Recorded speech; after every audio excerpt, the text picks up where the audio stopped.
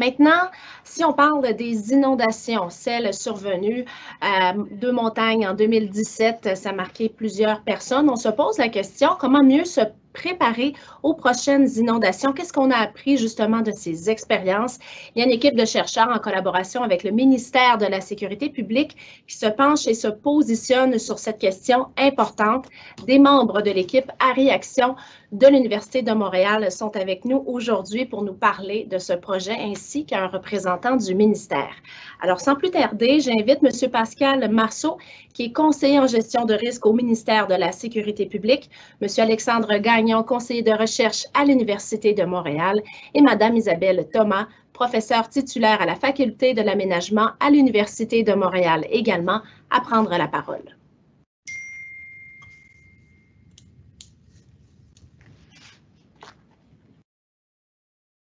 Oui, donc bonjour à tous, Pascal Marceau du ministère de la Sécurité publique.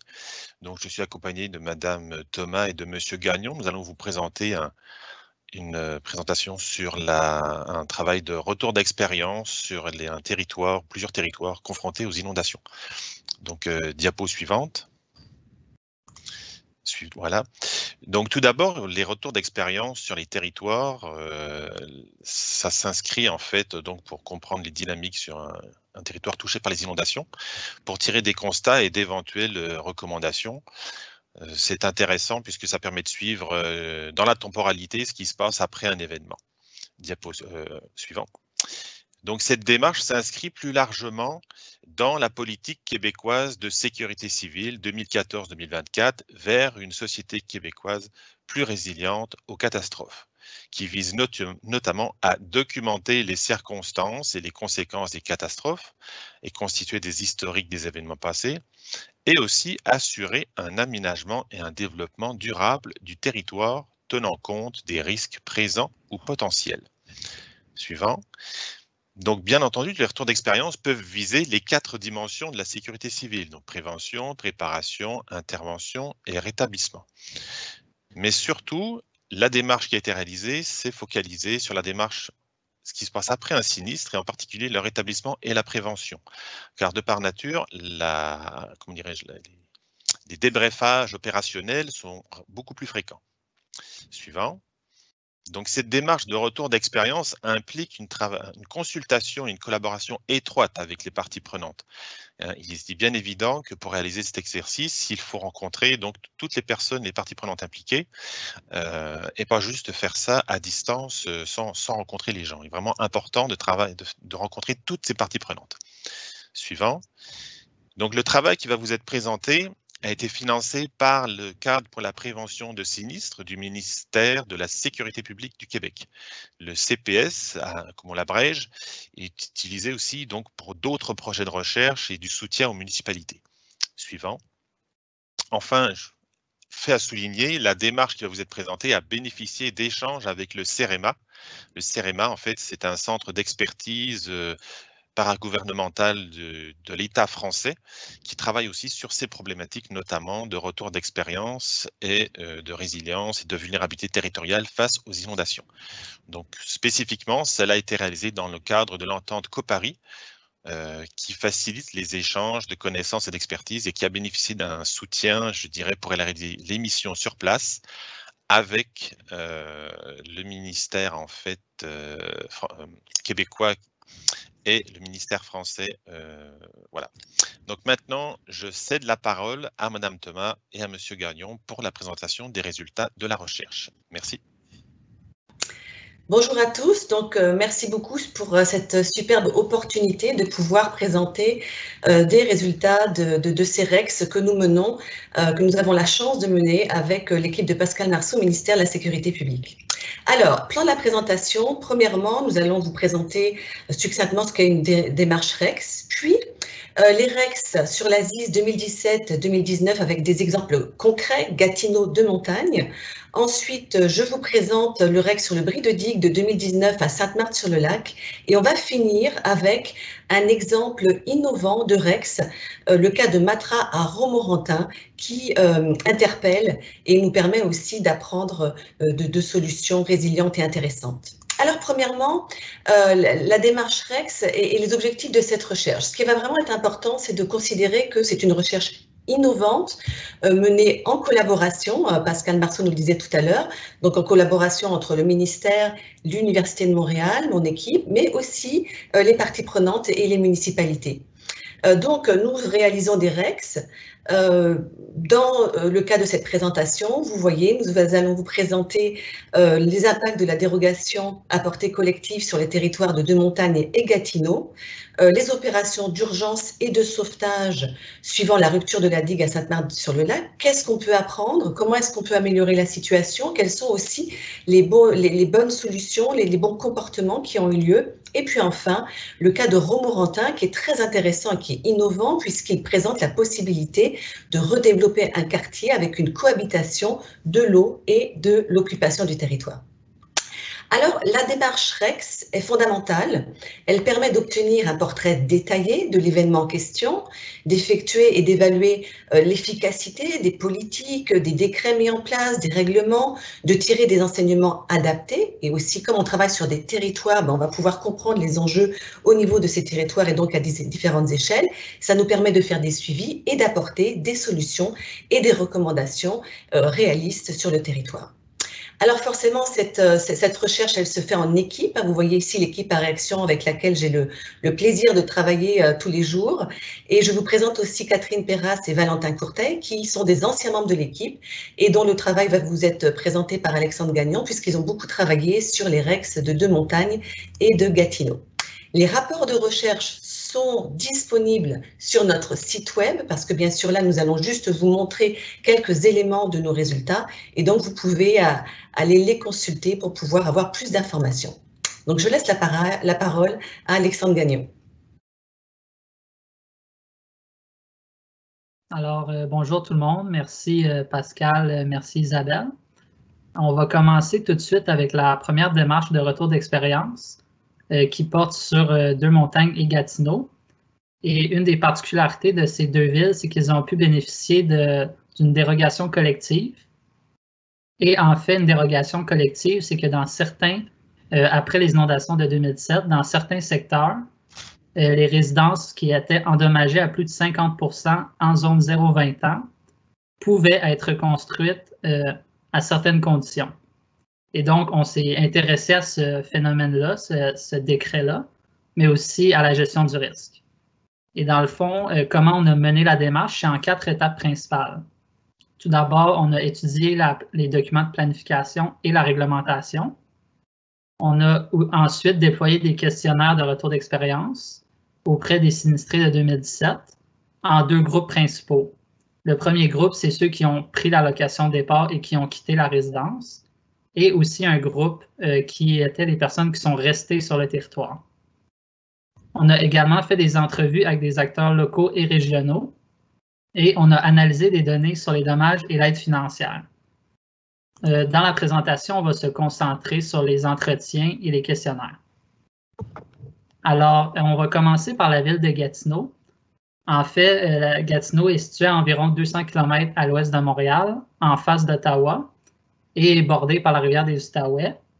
Et il y a 2 zones de dérogation collective qui ont été accordées à la ville de Gatineau suite aux inondations de 2017. Suivant. Et donc, en 2017, la ville a été fortement touchée par les inondations. On parle d'environ 541 résidences évacuées. Et en 2019, on a également une situation très grave et plusieurs secteurs ont été inondés pour une 2e fois. Suivant. Lorsqu'on a fait nos questionnaires avec les citoyens, on a pu poser plusieurs questions, dont celle-ci, qui est quelles mesures de prévention étaient en place avant les inondations de 2017.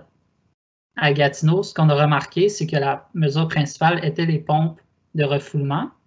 On a aussi remarqué que 13% des répondants disaient n'avoir aucune mesure de prévention. Suivant.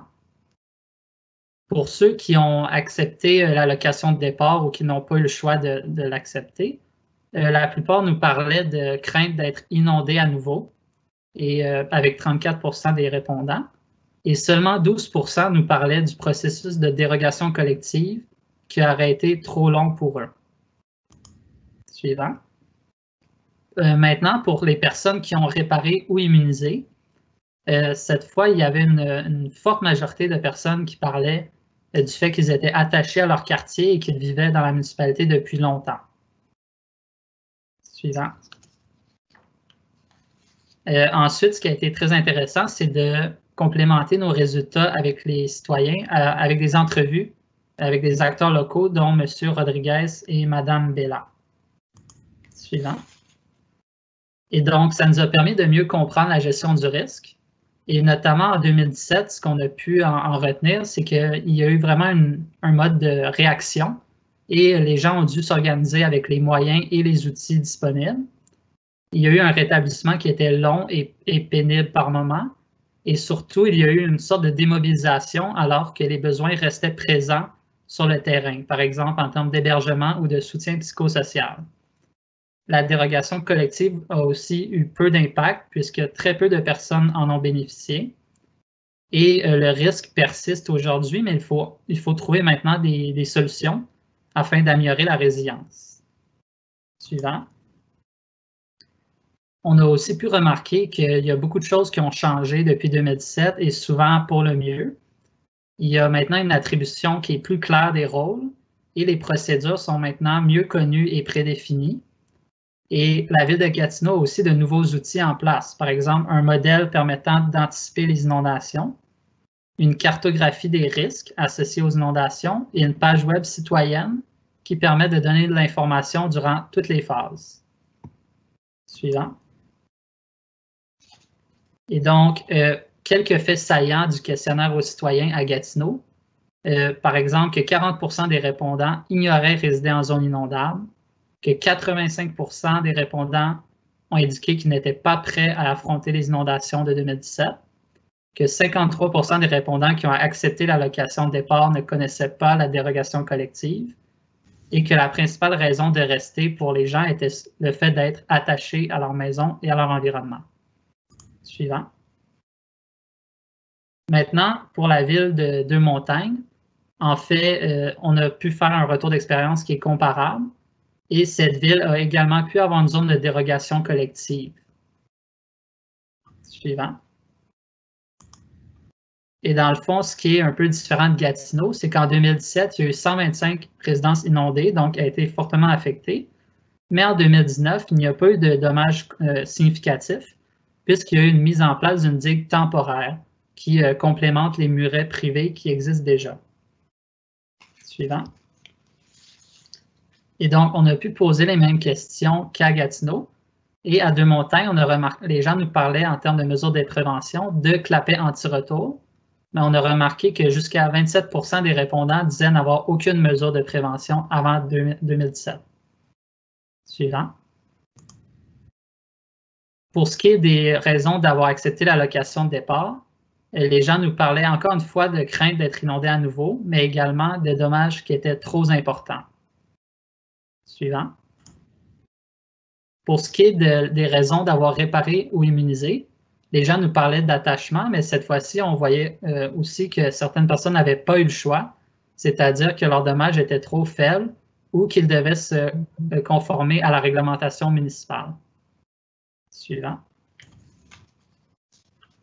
Et donc, pour Deux-Montagnes, 63% des répondants ignoraient résider en zone inondable, 100% des répondants ont adopté au moins une mesure d'urgence avant les inondations, 100% des répondants qui ont accepté l'allocation de départ ne résident plus en zone inondable et la plupart des sinistrés qui ont accepté l'allocation de départ disent qu'ils seraient partis même si elle avait été annoncée plus tôt, la dérogation collective.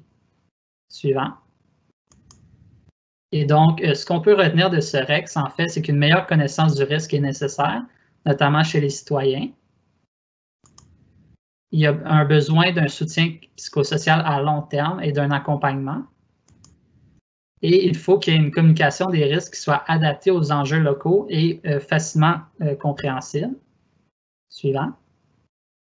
Et pour terminer, en fait, on remarque que la dérogation collective n'a pas eu l'effet attendu puisqu'elle a été peu utilisée et parfois mal comprise. Les gens se sont adaptés de manière individuelle, mais il faut maintenant penser à une adaptation plutôt au niveau du quartier, notamment pour assurer l'accessibilité. Et le dernier point, en fait, c'est qu'il y a de nouveaux enjeux qui apparaissent, par exemple ceux du mitage, et on doit repenser la reconstruction à l'échelle du quartier de manière intégrée. Alors, je repasse la parole à Isabelle. Merci beaucoup Alexandre pour cette présentation. Et puis vous pouvez voir qu'il y a quand même des points communs qui ressortent des REX de Gatineau et de Deux-Montagnes et qui sont tout à fait significatifs pour réfléchir aux solutions futures. Alors, je vais passer au prochain REX qui est le REX sur le bris de digue de 2019 à Sainte-Marthe-sur-le-Lac. Qui nous a aussi permis de pouvoir pousser certains apprentissages. Donc, je vous rappelle le contexte de la ville de Sainte-Marthe-sur-le-Lac. Vous voyez ici la carte de zone inondable de Sainte-Marthe-sur-le-Lac de 1977, produite par le gouvernement fédéral avant la construction de la digue. Alors, je vous rappelle pour mémoire qu'il y a eu des inondations en 1974, en 1976, et le choix a été fait de construire cette digue. Et finalement, la conséquence a été, comme dans beaucoup d'autres pays d'ailleurs, que la zone derrière cette digue n'était plus en zone inondable, en fait, n'était plus cartographiée en zone inondable. Alors, qu'est-ce qui se passe en 2019, le 27 avril 2019, vers 19 h? Je vous rappelle ce bris de digue qui va entraîner malheureusement une inondation par surprise de tout un ensemble de populations. Vous voyez ici plus de 2600 résidences inondées, à peu près 6500 personnes évacuées. Donc là, nous avons quand même un événement majeur, premier événement de ce type au Québec. Alors, l'objectif de ce retour d'expérience, bien sûr, est de produire de l'information, créer un document de mémoire sur l'événement, acquérir des connaissances et partager les meilleures pratiques en parlant avec les intervenants, améliorer et adapter les dispositifs de gestion d'urgence et de prévention, et enfin, aussi, fondamental, valoriser les actions réalisées, parce qu'il y a quand même des solutions qui ont été mises dans l'urgence et c'est très important de pouvoir valoriser ces comportements. Alors, pour ce retour d'expérience, j'ai choisi d'aller parler avec plusieurs intervenants fondamentaux dans l'urgence. D'ailleurs, je remercie beaucoup Isabelle Michel de m'avoir aidé dans l'organisation de ces entretiens. Donc, vous voyez, Patrick Denis, directeur de la régie de police du lac de Deux-Montagnes, Norbert Vendette, directeur du service de sécurité incendie de Sainte-Marthe-sur-le-Lac et Deux-Montagnes, Madame Sonia Paulus, mairesse de Sainte-Marthe-sur-le-Lac, Madame Patricia Galipo-Minotto, agente de police à Sainte-Marthe-sur-le-Lac, Monsieur Ghislain Blanchette, agent de police aussi à Sainte-Marthe-sur-le-Lac, Monsieur Jacques Devitz, coordinateur du bureau de la Croix-Rouge, et enfin, Monsieur Jean Seguin, sous-ministre adjoint de coordination de l'action gouvernementale à Sainte-Marthe-sur-le-Lac. Et je les remercie beaucoup pour le temps qu'ils ont pris pour m'expliquer, me faire vraiment part de leur réflexion sur le contexte d'urgence et puis aussi sur le début du rétablissement. Alors, nous avons quelques faits saillants qui sont ressortis de ce REX à Sainte-Marthe-sur-le-Lac. Déjà, 6 participants expriment qu'il faut éviter de construire de nouvelles digues. Il faut éviter de développer un faux sentiment de sécurité. Ce n'est pas la solution à privilégier, a priori. 5 participants soulignent l'importance d'améliorer la communication du risque, et ce, pour chaque phase du risque. Et vous avez vu, on a aussi vu cet élément totalement fondamental pour Deux-Montagnes et pour Gatineau. 6 participants précisent l'utilité d'intégrer l'incertitude dans la gestion de crise et les plans B. Regardez par exemple, Sainte-Marthe-sur-le-Lac, le centre communautaire où la population est venue se regrouper pendant l'inondation a lui-même été inondé. Donc ça veut dire que là, il faut vraiment réfléchir, il faut connaître son territoire et puis il faut réfléchir à une autre solution quand ce type d'enjeu arrive. 5 participants révèlent l'importance de mettre en place des réseaux de solidarité, et ceci à différentes échelles, pour que quand la catastrophe arrive, on puisse être sûr d'avoir tout ce réseau qui se met en place. 6 participants spécifient l'importance du besoin d'aide psychologique sur le long terme. On l'a aussi vu à Gatineau, on l'a aussi vu à Deux-Montagnes. C'est complètement fondamental. Et 6 participants explique la nécessité de documenter la vulnérabilité sur le territoire. Alors ça, qu'est-ce que ça veut dire? Ça veut dire, par exemple, avoir la liste des personnes vulnérables, des personnes à mobilité réduite, pour pouvoir les sortir de chez eux, les évacuer en avance quand on voit qu'il y a une catastrophe qui va arriver, ou encore les infrastructures sensibles, s'assurer d'une redondance pour ne pas se retrouver coincés. Alors, vous voyez, le REX, les recommandations, je les ai organisées en 4 grandes thématiques avec 11 recommandations. Donc, parmi ces thématiques, vous avez la connaissance du risque, le partage des compétences et des ressources, la communication, éducation, perception, complètement fondamentale. Nous avons d'ailleurs un autre projet avec le ministère sur ce point très important, et l'adaptation de l'aménagement du territoire. Et ensuite, ces thématiques ont été développées en recommandations. Donc, établir la cartographie du système de digue au Québec. Je parle bien de système de digue. Il faut absolument réfléchir de manière systémique. On a vu à la Nouvelle-Orléans ce qui se passe si ce n'est pas fait. Anticiper les effets dominos liés aux ruptures de digues. Documenter la vulnérabilité du territoire. Partager, ensuite, pour le partage des compétences, partager les budgets, intégrer l'incertitude et les plans B, assurer le soutien psychologique, s'occuper des autres enjeux de santé, liés par exemple à la moisissure. On sait très bien qu'après une inondation, vous avez d'autres enjeux qui arrivent. Travailler sur la communication. Et puis enfin, je vais aller un peu plus vite, adapter, s'assurer de réfléchir à l'adaptation du territoire, donc inciter les autorités publiques à mieux se préparer pour gérer la crise et repenser l'aménagement du territoire en zone inondable de manière résiliente, et ceci forcément avec un cadrage et en s'assurant que ce soit adapté à la réglementation du Québec. Alors, je vous montre ici un outil qui a été développé pour ce REX, c'est-à-dire nous avons développé des fiches où vous pouvez voir ici par rapport à une recommandation que j'ai choisie, donc anticiper les effets dominos aux ruptures de digues. Vous avez la phase qui est impliquée par rapport à cette recommandation, les critères de résilience qui s'y rattachent, les témoignages qui finalement sont reliés à cette recommandation. Et puis là, je peux vous lire quelques témoignages parce que je sais que c'est un petit peu petit sur votre écran, mais par exemple, donc là, je vous rappelle, on est bien anticiper les effets dominos liés aux ruptures de digues. Et par exemple, Monsieur Vendette nous dit 6 000 citoyens ont été évacués en 1h15. Si le même événement était arrivé à 3h du matin, on aurait eu des décès probablement. Monsieur Blanchette nous dit aussi le miracle est que ça s'est produit à 19h un samedi, c'est pour cela qu'il n'y a pas eu de mort. Madame Galipo-Minotto nous explique des solutions doivent être envisagées en prenant en compte les événements de cette année. Par exemple, comme solution, il est nécessaire d'avoir une fréquence réservée pour communiquer en cas de crise. Donc, c'est vraiment très très important. Vous voyez, chaque fiche va avoir ces citations qui expliquent pourquoi est-ce que nous avons fait ces recommandations et pour aller trouver des solutions, que ce soit pour l'urgence ou encore pour le rétablissement. Donc encore une fois, parmi cet apprentissage, les apprentissages de ce REX, besoin d'assurer un soutien psychologique et de s'occuper des autres enjeux de santé, et ceci sur le moyen terme et aussi sur le long terme. Par exemple, je vous cite Monsieur Seguin, lui, ce qu'il nous disait, c'est un budget triennal serait nécessaire pour garder des travailleurs sociaux après l'urgence, pour s'assurer vraiment qu'il y ait ce soutien qui soit un petit peu plus pérenne. Nécessité d'améliorer la communication du risque, donc dans l'urgence, mais aussi pour se préparer, pour adapter son bâtiment.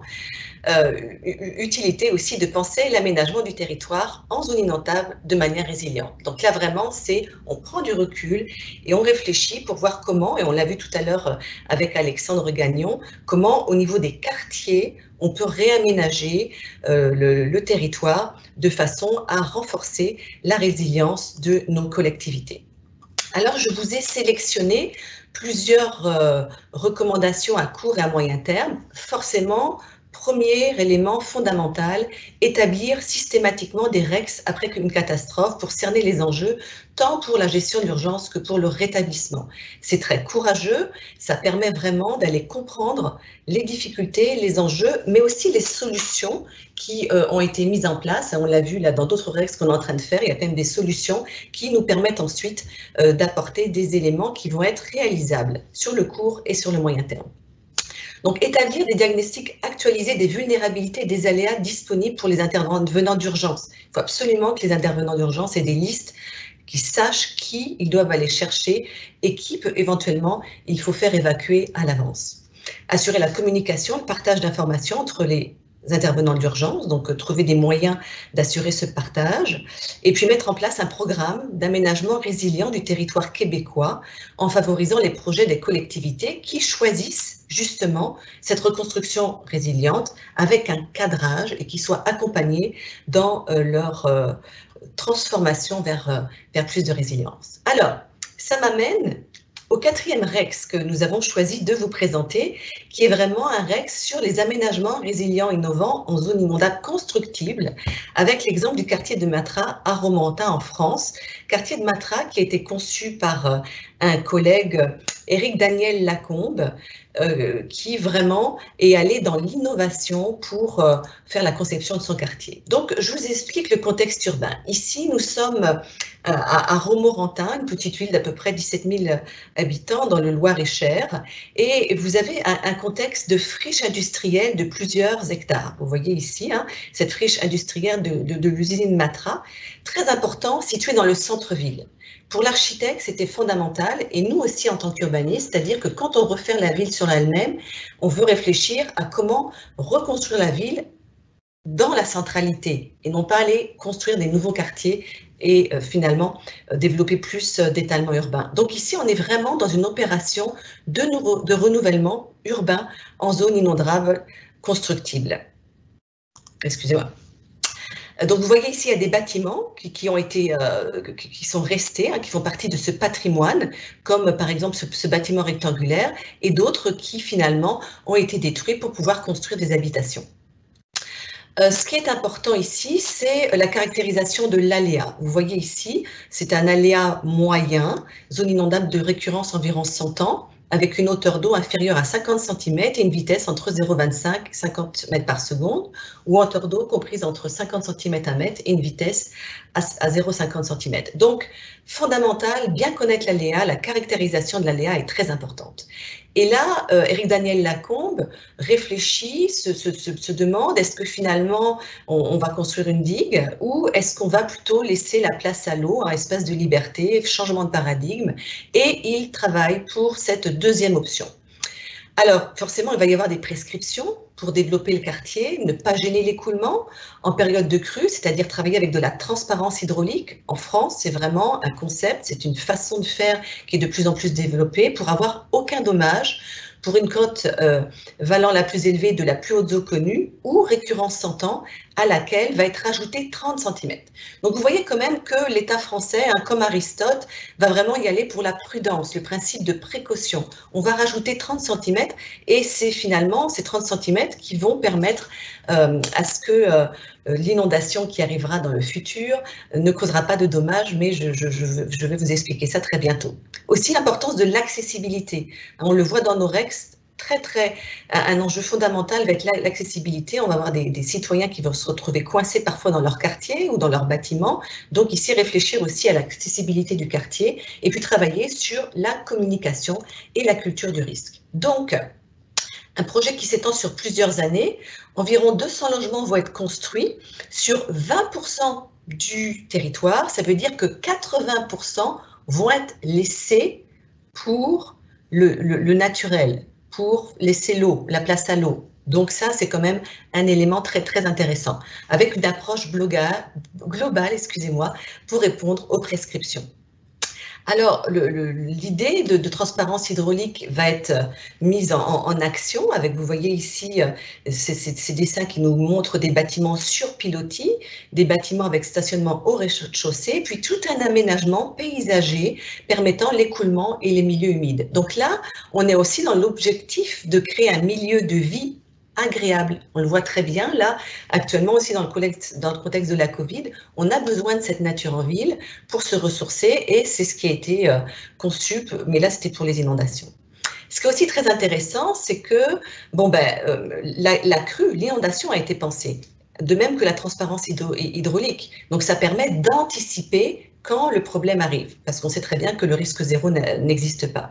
Donc vous voyez ici cette transparence hydraulique qui est analysée, cartographiée, la nouvelle rue aussi ici qui va être développée pour faire un rappel avec la rivière, et puis très important, ces rues perpendiculaires qui permettent aux enfants, aux citoyens d'aller évacuer en cas de crue vers ces rues d'évacuation pour aller vers plus de sécurité. Donc vous voyez ici les bâtiments sur pilotis qui ont été construits et qui permettent à l'eau de passer, avec la pièce maîtresse, comme le dit Éric Daniel Lacombe, la pièce maîtresse de son aménagement, c'est-à-dire ce bassin de rétention où les citoyens, les enfants, vous voyez, ils ont vue directe, et ils peuvent voir l'eau monter. Et donc c'est là qu'on développe la culture du risque, ils peuvent voir l'eau monter et donc réaliser finalement qu'il y a un enjeu qui arrive.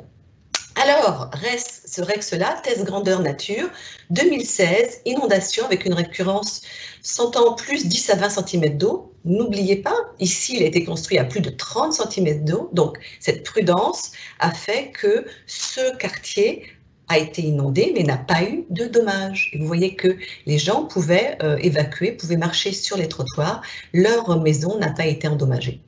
Alors forcément, on se rend compte ici qu'on a quand même toute une réflexion, toute une anticipation qui a permis à ce nouveau quartier d'être résilient, de ne pas inonder, aussi d'évacuer les gens de la maison de retraite à l'avance. Donc du coup, ils n'ont pas eu à vivre un stress important. Et aussi très fondamental, c'est le temps rapide de sortie de l'eau. Par gravité, l'eau est repartie en 48 heures, alors que le reste de la ville de Romorantin, le centre-ville, a été inondé pendant au moins 3 semaines. Donc vous voyez, il faut vraiment penser avant l'inondation, pendant l'inondation et le retour à la normale. Parce que plus le retour à la normale est rapide, et mieux finalement les conditions pour l'ensemble de la collectivité de rétablissement vont pouvoir se faire. Vous voyez ici, dans les forces, promotion de la culture du risque, localisation dans la centralité urbaine, et puis les opportunités, ça a été de réaménager un quartier presque entièrement neuf, en conservant un certain patrimoine du bâtiment industriel, mais tout en développant un quartier d'habitation, et d'ailleurs d'habitation aussi équitable, ce qui a permis d'éviter l'éco-gentrification.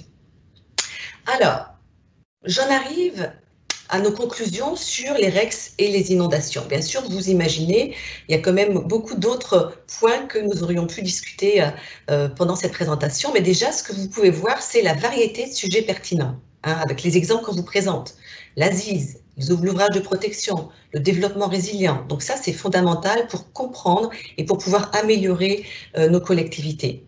Aussi, l'importance de la variété de temporalité. On peut faire un REX à 3 mois, juste l'urgence, 6 mois, 1 an, plusieurs années. Moi, je continue à faire des REX sur la Nouvelle-Orléans. Forcément, ça permet d'apprendre, de comprendre, de voir aussi l'évolution de la perception du risque par la collectivité. Les apprentissages du passé et du présent sont importants afin de mieux se préparer pour le futur. Donc, on travaille sur les processus, la connaissance des risques, les enjeux, les opportunités. Vous avez vu dans les REX, que ce soit Sainte-Marthe-sur-le-Lac, Gatineau, de montagne, la connaissance des risques, c'est un élément qui est fondamental sur lequel on doit travailler avec les citoyens. Les recommandations, les solutions visent à apporter des solutions concernant en particulier le rétablissement vers une trajectoire forcément d'amélioration et comme vous le disiez au début de la présentation, Pascal Marceau, dans une approche collaborative de recherche-action où nous impliquons les parties prenantes, que ce soit les acteurs locaux, que ce soit les citoyens. L'objectif est vraiment de comprendre les enjeux régionaux, les enjeux sur les différents territoires parce qu'ils ont tous leur personnalité. Donc, nous avons ici une démarche intégrée où nous créons des outils, nous continuons à créer des outils pour vraiment pouvoir toujours améliorer nos démarches REX et aller chercher la substance pour améliorer la situation. Et forcément, ces réflexions sont dans l'objectif ultime d'aller vers une amélioration de l'aménagement du territoire pour avoir une stratégie et une trajectoire qui soit plus résiliente et durable.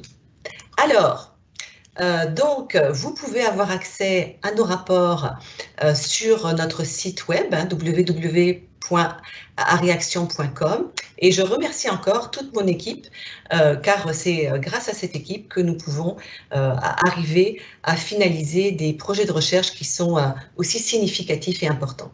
Merci beaucoup.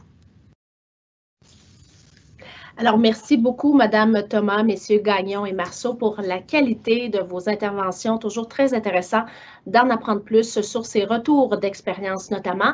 Maintenant, je cède la parole à Mireille Gagné pour la période de questions. Merci.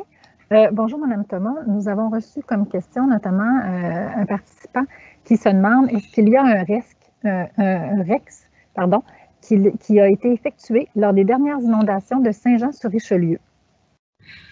Alors, Saint-Jean-sur-Richelieu, je travaille sur Saint-Jean-sur-Richelieu, mais plus avec la commission mixte internationale. Donc, c'est évident qu'il y a aussi des éléments, des apprentissages qui sont ressortis des inondations qui ont eu lieu en 2011, et on retrouve certains points qui sont certains points communs qui vont être dans l'importance de la communication du risque et éventuellement l'importance de réaménager de manière résiliente, d'avoir vraiment un réaménagement du territoire en collaboration avec les différentes parties prenantes pour aussi que les citoyens comprennent ce qu'ils doivent et ce qu'ils peuvent faire sur leur parcelle pour ne pas finalement empirer la situation pour leurs voisins et puis sur le long terme. Merci. Une autre question pour vous. Un petit instant. Est-ce que, quels sont les ingrédients indispensables pour une gestion renforcée de l'urgence, selon vous? Alors, pour une gestion renforcée de l'urgence, et ça, là, je peux reprendre mes notes, mais par exemple, Madame Galipo-Minotto, qui nous dit qu'il est nécessaire d'avoir une fréquence réservée pour communiquer en cas de crise, ça, c'est un élément qui va être essentiel. Avoir un diagnostic ou des diagnostics aussi de vulnérabilité sur le territoire, c'est-à-dire, comme je le disais tout à l'heure, savoir où sont les maisons de retraite, savoir où sont les personnes âgées, savoir où sont les personnes à mobilité réduite, ça permet de pouvoir aller soit les évacuer à l'avance, soit leur prêter secours quand il y a une catastrophe. Très, très bien connaître le territoire aussi. Vous savez que nous avons quand même des collectivités au Québec qui sont parfois derrière des digues, les maisons qui ont... avec des chambres d'enfants dans les sous-sols, ça, il faut absolument le documenter et il faut expliquer qu'il peut y avoir des bris de digues. Ça veut dire qu'il faut éventuellement déplacer ces chambres, les mettre à un étage, et il faut aussi que les citoyens soient au courant de leur propre vulnérabilité pour pouvoir aussi se préparer. Donc, il y a quand même plusieurs ingrédients qui vont être justement la communication, la préparation, et puis vraiment avoir des diagnostics tant de l'aléa, des aléas d'ailleurs, que des vulnérabilités pour pouvoir anticiper et puis pour pouvoir s'assurer que tous les intervenants de l'urgence vont avoir les meilleurs outils possibles pour pouvoir être le plus performant possible quand l'événement arrive. Merci. J'aurais une dernière question pour vous. L'aménagement du territoire joue un rôle fondamental en prévention dans la gestion des risques en sécurité civile. Selon vous, comment accroître davantage cette prise en compte dans les différents outils d'urbanisme au Québec? Écoutez, là, on a toute une réflexion, il y a vraiment tout un chantier au niveau de plusieurs ministères qui permet d'aller vers plus d'innovation et plus de résilience dans le réaménagement du territoire. Je peux vous donner l'exemple de Saint-André d'Argenteuil, parce que là, nous avons un autre projet avec le ministère de la Sécurité publique dans le cadre de prévention de sinistres, le projet Amerzi. Et ça, c'est vraiment une municipalité qui veut réfléchir avec nous sur un réaménagement résilient, mais au niveau de l'ensemble de la collectivité. Et ça veut dire que on va développer, et on développe d'ailleurs, tout un cadrage avec des scénarios pour s'assurer que les solutions qu'on va préconiser sont les meilleures solutions, que ce soit le repli, que ce soit le réaménagement. Bien sûr, on ne va pas faire de copier-coller entre un quartier de matraque qu'on va recoller au Québec, mais il y a quand même des principes que nous pouvons récupérer et que nous pouvons adapter au contexte québécois, tout en s'assurant bien sûr que le cadre normatif et législatif québécois va être respecté. Merci. Malheureusement, le temps ne nous permet pas de faire le tour de toutes les questions reçues, mais on en prend bonne note, puis nous vous les transmettrons, Madame Thomas, à vous et votre équipe pour un suivi auprès des participants. Merci. Merci beaucoup.